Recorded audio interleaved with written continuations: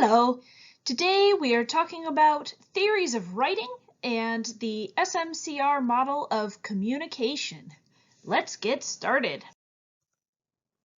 So we're going to jump right in and talk about the differences in characteristics of orality and characteristics of literacy. These come from Walter Ong, and specifically his book, Orality and Literacy, as he named it, so it's not that hard to find. You may learn about this in upper level classes in communication if you are a communication major, but for now we're just going to go over the basic characteristics. So if you are imagining that you don't know how to read and the only way that you can get information is by talking to other people and listening to other people, words have the characteristic of being actions, not objects. So when you say something, that saying is an action, right? Words only exist as actions. They are not objects that can be written down and moved around. They are only in existence during the time of being said. They are actions. When people used to say, my word is my bond, it was part of this idea that words were actions, not objects. And this is kind of hard for us to imagine now because words are so much objects to us. But in times when you could only have words be spoken and heard, and they were only an interaction like that, you couldn't carry them around. You couldn't put a word in your pocket. That just wasn't a way that a word could exist. It could only exist as the act of speaking or hearing. And so words could only exist in a particular moment, in a particular time, and they could only exist as they were being done.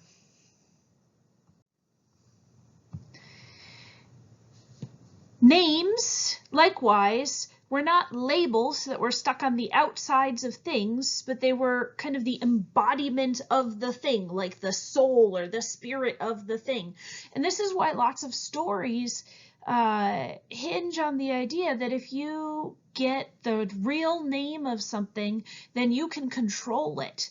I don't know how many of you know the story of Rumpelstiltskin, for example, that the woman in the story, if she's able to guess Rumpelstiltskin's name, then she wins. And he doesn't get to keep her child. And there are many, many stories that we have in our histories all around the world that if somebody knows somebody else's true name, then they have control over them. And this is tied to this idea that names are the actual real embodiment of the thing, not just like this label that's stuck on it. And this is part of this idea that words are actions, that they are like the inside of your soul is your name. And the fact that your name keeps existing inside of you, even when you're not saying it, is a kind of magic. And so if somebody else knows your name, then part of your soul is inside of them too, kind of. And this creates this kind of magical bond between you and the other person. And so names are really, really important in oral cultures. Finally, you can only know what you can remember. Think about that. You think studying for exams is stressful right now. Imagine if you could never, ever look anything up. Now imagine that nobody else could either. Imagine that if anybody you knew ever wanted to do anything, they had to just remember it. All world knowledge could only happen from memory. much would you know? I wouldn't know that much. And it would be pretty spotty. Like, I'm terrible at remembering numbers and dates of things. So, like, if I ever had to teach anybody history, it would be real bad. So, if you can only know what you can remember, then the people with the best memory are going to be the best. But also, people who have more life experience are going to be better because they're going to know better what things work and what things don't. And so the people who are older and have more life experience are going to be more important in society. And so then you get elders, right? Elders are very important in oral society because they have more life experience and they can pass on that life experience to the younger generations. Being young, not that helpful because you haven't experienced that much stuff, right? And it's not how many books you've read that makes you good, or how clever you are that makes you good. It's the accumulation of life experience that makes you helpful to the society, because you can only know what you can remember, and experiencing things is a really good way to remember them, right? And so elders are really, really important in oral societies. Now, when you get writing, all this stuff changes, because suddenly you can remember more than just what is inside of you, right? So how you think can become much more abstract, and your reasoning can become much more abstract, because you can take out all the things that you need to remember and put them outside of you, right? You don't have to spend all of your time trying to remember the really crucial details, like what to do if the volcano erupts, or what to do if you see the ocean really rapidly going away. Then everybody go to the top of the mountain and climb the trees, which is a real thing that people know in island communities in the Pacific. And guess what? If the ocean is going away really rapidly, you really should go to the top of the mountain and climb the trees, because it's a tsunami. It means that a ginormous wave is coming. The ginormous tsunami wave that killed the power plant in a few years ago, some of the only survivors of Pacific Islands were those who had this oral legend about what to do when the ocean runs away. And they just knew that, because of this oral legend, that if the ocean runs away, go to the top of the mountain and climb the trees.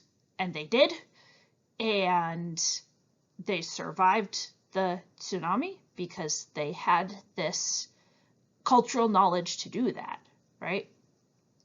But it wasn't, you can't do like super advanced mathematics in your head this way, because you have to be like holding all the knowledge of your people in your mind, and that doesn't leave a lot of space for doing other stuff. So if you want to do really abstract thought and reasoning, and really, really complex thought and reasoning, unless you have enough people to do the holding of practical knowledge for you, you need to be able to write some of it down. So if you start to do writing down and passing on of knowledge in books, you can start to work more collaboratively, and not necessarily in books, but in written form. You can start to do this work much more collaboratively. And you can do it not with writing, you can do it collaboratively just orally, and this is how it was done for a very long time. There was a lot of advancement before writing, and there are a lot of cultures that still that have very advanced abstract thought and reasoning without writing, but it's easier if you do have writing, because you can kind of not worry about retaining how to grow good crops, and instead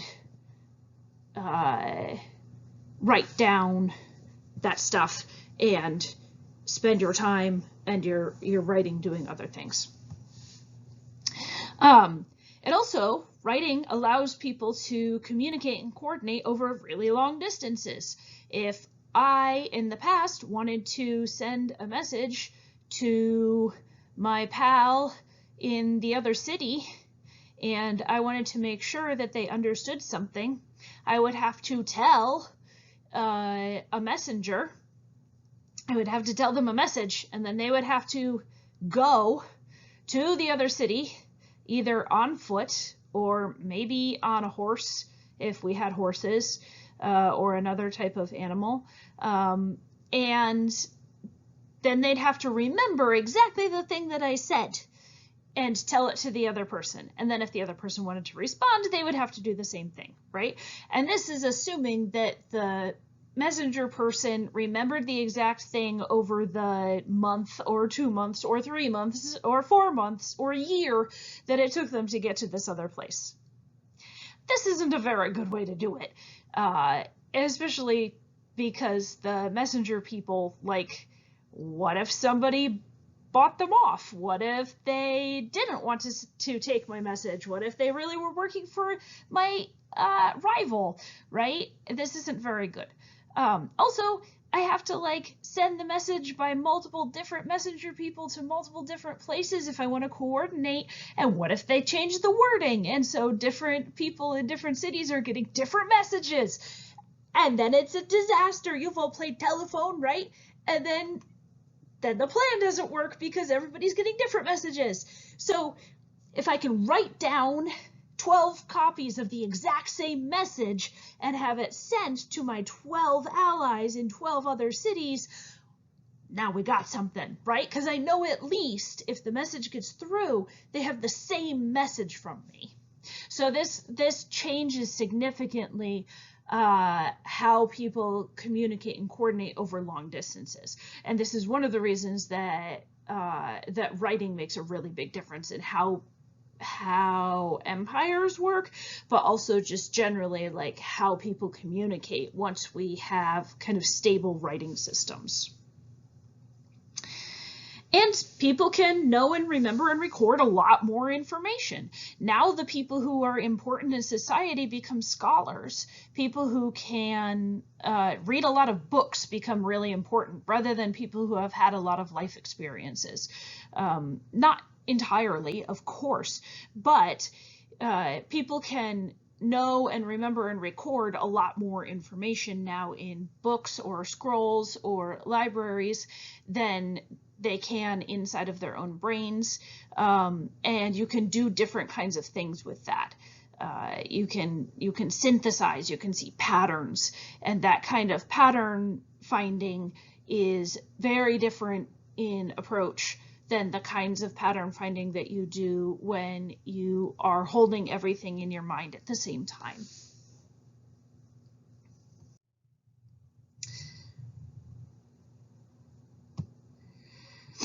All right, so some characteristics of literacy. Words are physical things. They're not actions.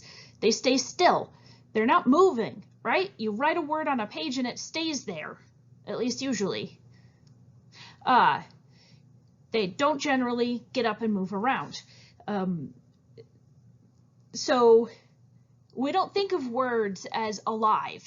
We don't think of them as actions, as spirits, as things that hop around, right? We think of them as physical objects, basically.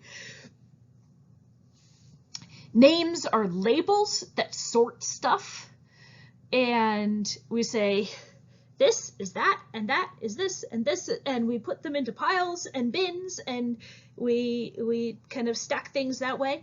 It's often terrible when we do this to people, and that has caused a lot of problems in our society. And we'll talk about that fairly extensively later in this semester. But they're no longer understood to be like magical pieces of our spirits, because, I mean, we just, put them on our shirt. Hello, my name is Inigo Montoya, right? And ideas can be taken from one context to another context, and we can cross-apply them. And that's not weird to us at all, because words are physical things that we could just like move around, like I can move a pen or a rock, right? Like, this isn't hard. And it's not weird to us to just take an idea from one place and put it somewhere else. That's normal to us. It's super weird in a culture where a word is an action, or a part of your spirit or soul, but it's not weird to us at all because it's just a thing, and you can move things around willy-nilly, however you want. And in this kind of culture, scholars become more important than elders. Elders are still important, but they're not as important as scholars.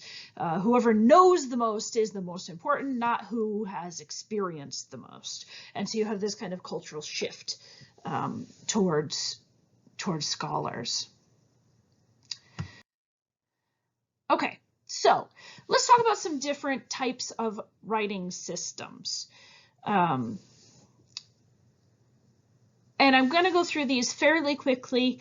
You don't need to know all the different types, but I do want you to kind of understand that people have put together ways of communicating ideas in lots of different forms. So we have a lot of different mixes of pictures and symbols and sounds, as ways of converting our talking with each other to writing down.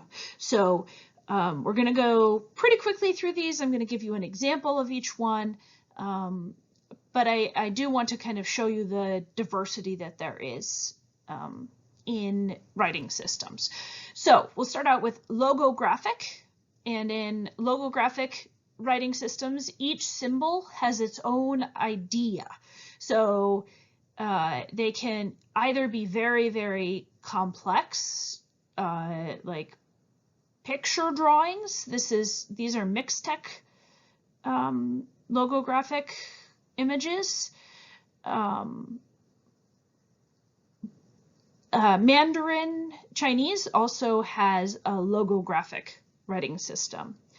And that is a little bit more symbolized, well, a lot more symbolized. But importantly, each symbol has one idea. So you can't, for every idea that you have, there is only one character. And you have to for every idea, you have to know a different letter, basically. And so, like, famously, you can't have a typewriter for Mandarin because it would be so big, because every word you know has to have a different button, and it would just take so long. The second is logophonetic, which is when some symbols represent sounds and some represent ideas. So Aztec uses this system, where the capital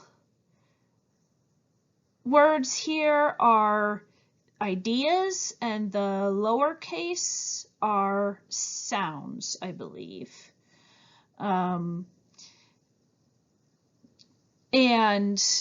so there's a mixture of these things that you can use. So some of them are sounds and some of them are ideas. Phono or phonetic is sound, logo is picture. So we have logo, phonetic. So we have picture, sound. In the last one, oh, I can't go backwards. Okay, never mind. I won't go backwards. Syllabic is where you have one sound with one symbol.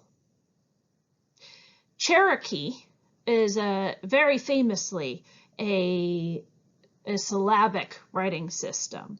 And that is because the writing system was invented after the spoken language was kind of codified or settled. So the spoken language had been spoken for a long time, and the Cherokee peoples decided that they would like to have a written language, and so they developed their own written language for themselves. And they said the most straightforward and useful way to do this would be to just make one symbol for each sound that we have. And so they did. And in places like Oklahoma, where there are a lot of people of the Cherokee nations, there are dual language signs. So here is a stop sign with the Cherokee word for stop. I am not going to try to pronounce it because I do not speak Cherokee, but it is the word is written in Cherokee and then transliterated into English, and then there's the English word. But basically, each symbol has one sound attached to it. So it's not a letter, it's a sound, it's a syllable, a sound unit.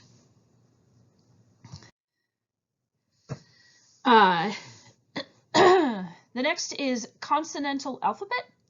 This is a phonetic language that, or phonetic alphabet that doesn't have any written vowels. Okay, so Arabic and Hebrew both are examples of these writing systems. They only have consonants in them. They do not have any vowels. This makes it very difficult for biblical scholars working with the Old Testament because there just aren't vowels in there. And in like ancient biblical texts, there are not spaces either.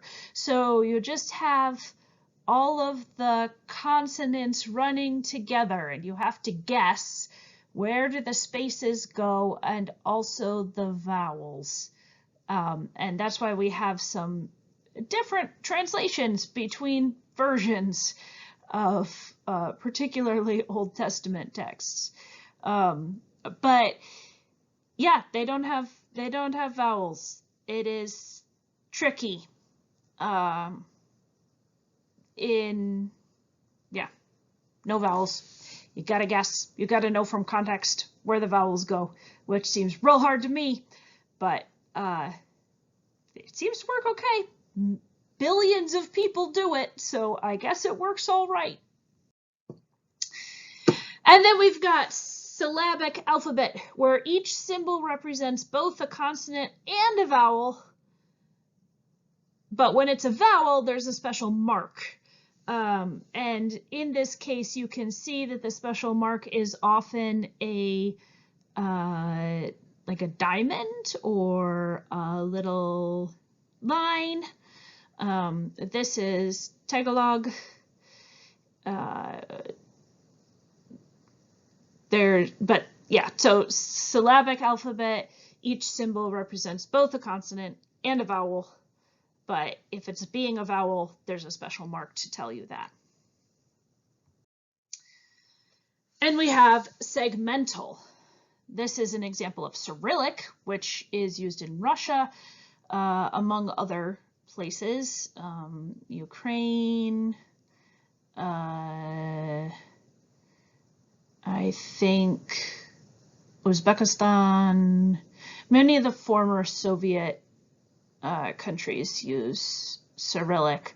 The Cyrillic alphabet was developed specifically for Russia, and they've kind of spread it around. But this writing system has each consonant and vowel has their own symbol, and all sounds in the language can be represented by combinations of these, but they don't necessarily each have their own. So you sometimes have to put two letters together to get a sound, because you can't make that sound by a single letter. And that can be very exciting sometimes. So each consonant and each vowel, each letter in the alphabet has its own symbol, right? Each consonant and vowel, and you can make all the sounds, but sometimes you have to put some letters together to do it. Okay, so here is the first thing where you have to do something yourself. I want you to think about which one of these writing systems English is. What kind do we have? Are we logographic, logophonetic, syllabic, consonantal alphabet, syllabic alphabet, or segmental? Which one is English?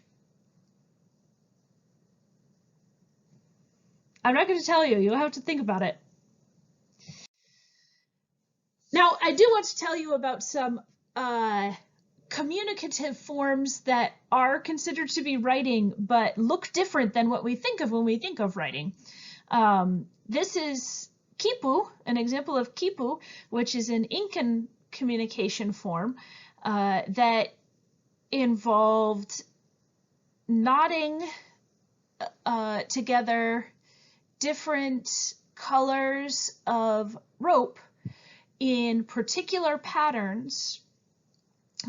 This is a letter from one person to another, and only certain people in the society could make and decode these letters of rope, and the people who could do this were typically priests. And this was a very secure form of communication, because the people who couldn't, I mean, like they would use messengers who couldn't read these. And so the way it worked was one person would make this letter, and then they would give it to a messenger who would take it to, across all the roads, to the other one, and the other one would be able to read it, right? And so it was this great code, because, well, anything is a code if the person who's bringing it can't read it, and nobody else can really read it, but the people on one side and the other side can, right? But it's a form of writing, because the messenger could take it to somebody at a different city, a different priest at a different city, and they could read it. It was just that only the priests knew how to read and write, basically. And so this very elaborate form of communication, of writing, was used for a long time, and very effectively to communicate. And it, you could reuse it if you wanted to. You could undo all of these and make a new one. But it was a better means of communication in a place where, like, making paper wasn't a very good idea because the bugs would eat it. And this was a kind of sturdier form of communicating. And you wouldn't want to, paint on a rock and then make your poor person carry a rock around, or something like that. So this is a means of communication that was developed in the Incan Empire to transmit messages around. But it looks really different from what I think of when I think of writing, right? And scholars are still working on understanding this writing form I think we're not very good at reading it yet. We don't know what this says because we are not smart enough. We haven't learned how to read these writing systems entirely. And we are still working on it. But I think it's very cool and quite amazing, these forms of communication that we still can't read, that were used hundreds of years ago, well, hundreds and hundreds and hundreds of years ago, that were used in Central and South America. So, Central America primarily. Well, hello again. I hope you had a very nice stretch, maybe a snack. Snacks are good. All right, so here's where we get to the textbook. The textbook chapter 1 gave you, among many other things, definitions for what mass media is or are. In any case, gave you a definition of mass media and some characteristics of mass media. And one of the things we're going to do in this class is try to determine what sorts of things qualify as mass media according to the textbook definition. So, first, let's talk about the 3 types of communication that the textbook gives us. Intrapersonal communication, which is when you are when you are communicating internally. So this is when you're giving yourself little pep talks, but it's also your identity and who you are, your sense of self, and how you understand your relationship with the world around you. So it's your own internal communication. There's interpersonal communication, which is when you are talking with another person or using your body to communicate with them in nonverbal ways, or in some other sense, communicating with another individual. And typically we think about this in kind of one-to-one contact sort of senses. This can include digitally, like texting with somebody else, but we tend to think of it as limited to a single person or maybe a couple of people, but typically a single person. And then we have mass communication, and that's what we're really talking about in this course and what the textbook is thinking about. I guess the textbook itself isn't thinking, but the authors of the textbook. In any case, mass communication is when you are sending a message to a lot of people, and it tends to be kind of one-directional. What the textbook is leaving out is small group or organizational communication, which is a kind of, it goes between interpersonal and mass. And I think a lot of social media fits into this smaller group communication, and a lot of the communication we do now fits into there. I think that the textbook is not quite sure what the difference is between mass and group, and social media is kind of between those two things, because you're not really, it's not interpersonal a lot of the time. Sometimes it is. It spans interpersonal, mass, and small group communication. So I think it's important to note that there's this 4th type of communication that we study. In fact, you are probably, if you're a communication major, going to take organizational communication at some point come 130, not 130, I'm sorry, 110. You will take interpersonal communication, and right now you're taking mass communication. So there's, you know,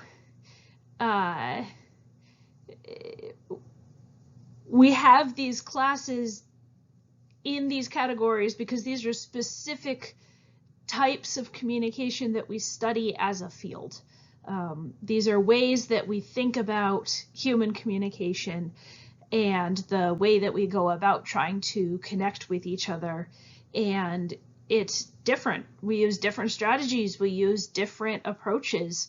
When I'm trying to talk to my friend, that's different from when I'm trying to get the attention of people in a meeting, which is different from when I'm trying to make a successful YouTube channel. And it's important to think about those in kinds of different ways. So I just want to give you a heads up that the textbook does not do a particularly good job of kind of talking about the differences that social media brings to this issue.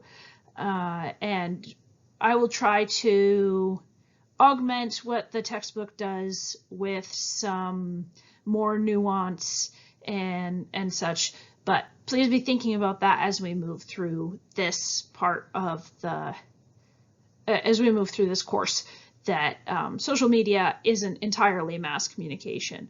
Mass comm really kind of ended with the with internet technology, at least in the way that it has been thought about. All right, so is writing a mass media platform as defined by the textbook? So the textbook says that a mass media platform has these characteristics. The message is sent via a mass communication system. The message is delivered rapidly. The message reaches large groups of different kinds of people simultaneously or within a very short period of time. So is writing a mass media platform? You can put your answer in the quiz at the end. Is writing a mass media industry? Is it profit-centered? Do technology developments change the way writing is delivered and consumed? Does writing reflect and affect politics, society, and culture? Oops, that was faster than I meant, but okay.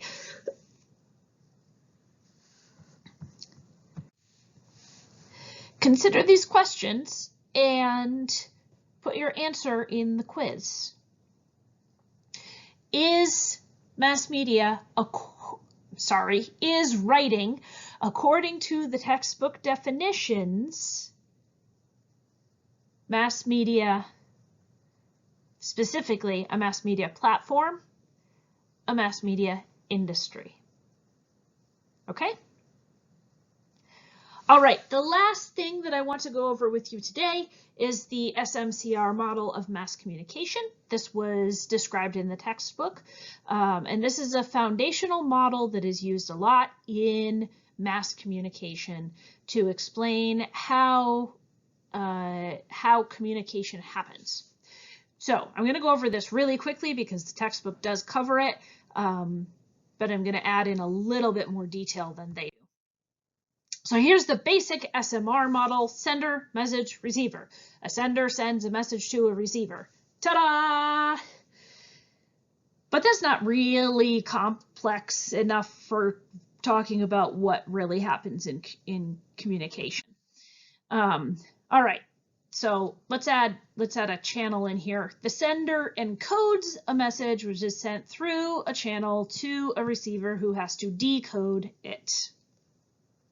In this case, the encoding and decoding, typically we're talking about language, right? So all those different languages I just showed you, all the different alphabets, etc., the sender is encoding into one of those and then decoding into it. So it could be an Incan making a kipu,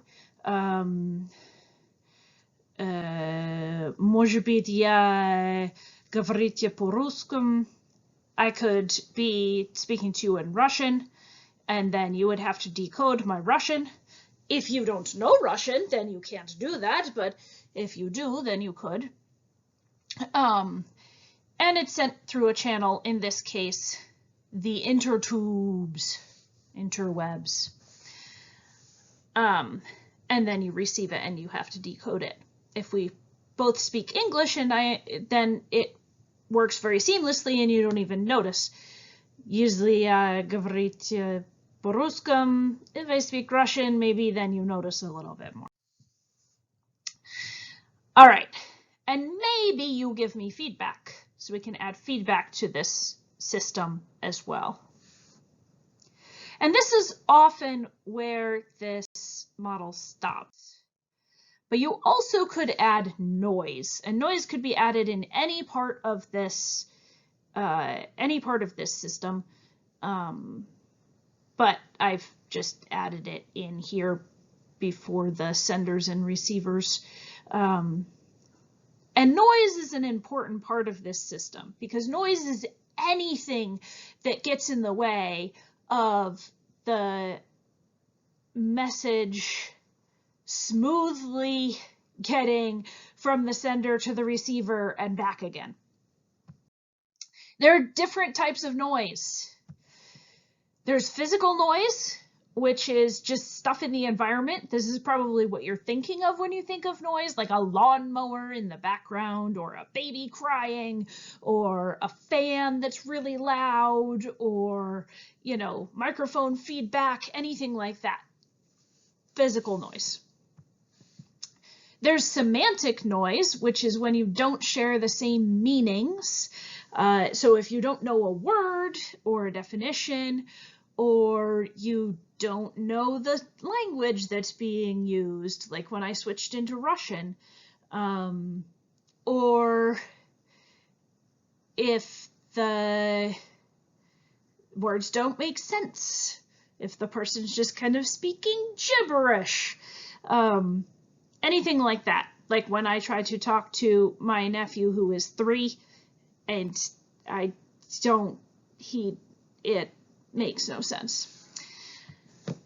There's psychological noise, which is when the person's not paying attention or not able to pay attention because they're stressed or because they're really, really, really, really hungry, or because they just fell in love and they're thinking about how perfect the freckle is on the earlobe of the person they just fell in love with, right? Like any of these things make it so that people don't pay attention. Or they're bored because their professor has been talking for 43 minutes. And then there's physiological noise, which is when your body is interfering with receiving or processing the signal in some way. So, for instance, I have both hearing loss and an auditory processing disorder. So I have trouble hearing, but I also have trouble understanding what I do hear. And so I have to watch movies with the captions on, and I have to lip read people. And so both of those are physiological noise for me that make it difficult for me to understand sound and process it properly and get actual understanding out of what is happening around me in an auditory sense. All right, so here's a question for you. Is a syllabus a technology? Are syllabi media? What does a syllabus communicate? Also, what questions do you have about the syllabus and this class? This will be another one of the questions on the quiz. Please answer it. Finally, your homework. Read chapter 2 of the textbook I have scanned and posted that chapter as well. It's the last one that I will scan and post. Make sure that you get the textbook by next week. Keep track of all the times that you use paper and what you use it for. This can be books, this can be notes, this can be napkins, paper towels, paper plates, money, receipts. Just keep track. Keep track for me. We're going to use this on Thursday, so make sure you have that with you when you access the Thursday materials next week. And make sure you do the engagement quiz on writing systems today while all of this stuff is still fresh in your mind. I hope you have a great weekend, and I'll see you on Tuesday. Bye.